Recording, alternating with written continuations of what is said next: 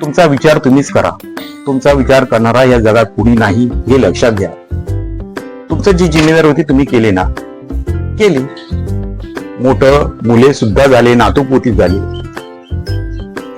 केलं सगळं काय केलेलं आहे. पण तुमचा बी विचार करा. ते आपल्या जीवनात खुश आहेत, पण तुम्ही आज एकटे आहे ना. तुम्ही पोरांना मोठं केलं, सगळं काय, नातू पुतू आहे, पण तुम्हाला असं काहीतरी कमीपणा वाटतो ना, की मी एकटा एवढं वर्ष काय करू. 5 वर्ष जीवनाचा एकट्यापणा घातलेला आहे. त्याला कमीपणा वाटतो. तेव्हा एकट्यात बसतो ना, तो माणूस म्हणतो यार क्या जिंदगी है मेरा, सब कुछ होने के बाद भी कुछ कमी है.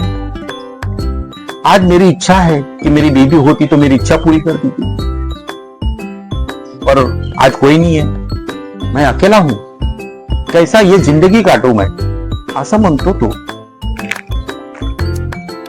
परंतु एक समाजाला भीतो.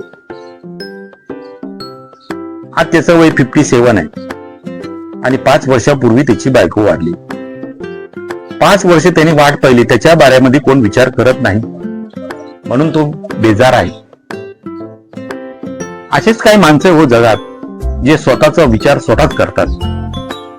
एक इथंच कुठं राहत होता माणूस, माझ्या ओळखीचा होता. तिचा नवरा 1 नंबरचा बेवडा होता म्हणून तिला सोडून गेलेला होता. तो माणूस गव्हर्नमेंट सर्व्हिस करत होता, 58 वर्षाचा होता. त्याने काय केलं, रिटायरमेंट नंतर त्याला कोण बघणार नव्हतं.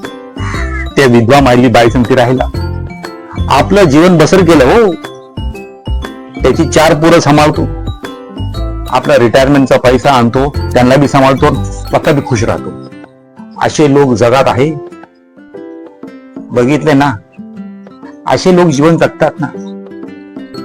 तुम्ही लपून छपून मी नाही करू शकत, कारण तुम्ही समाजाला घाबरता. पण असे करणारे जगात आहे, जे आपल्या मनाला मारू नाही शकत.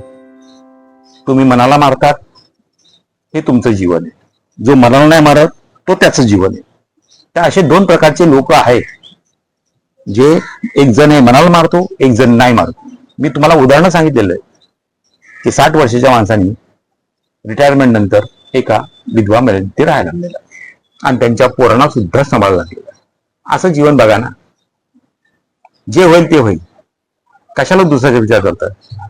पुढचं आयुष्य का तुम्हाला पुनर्जन्म भेटणार काय? भेटणार नाही. जे काय हे जीवन आहे, करा आपलं.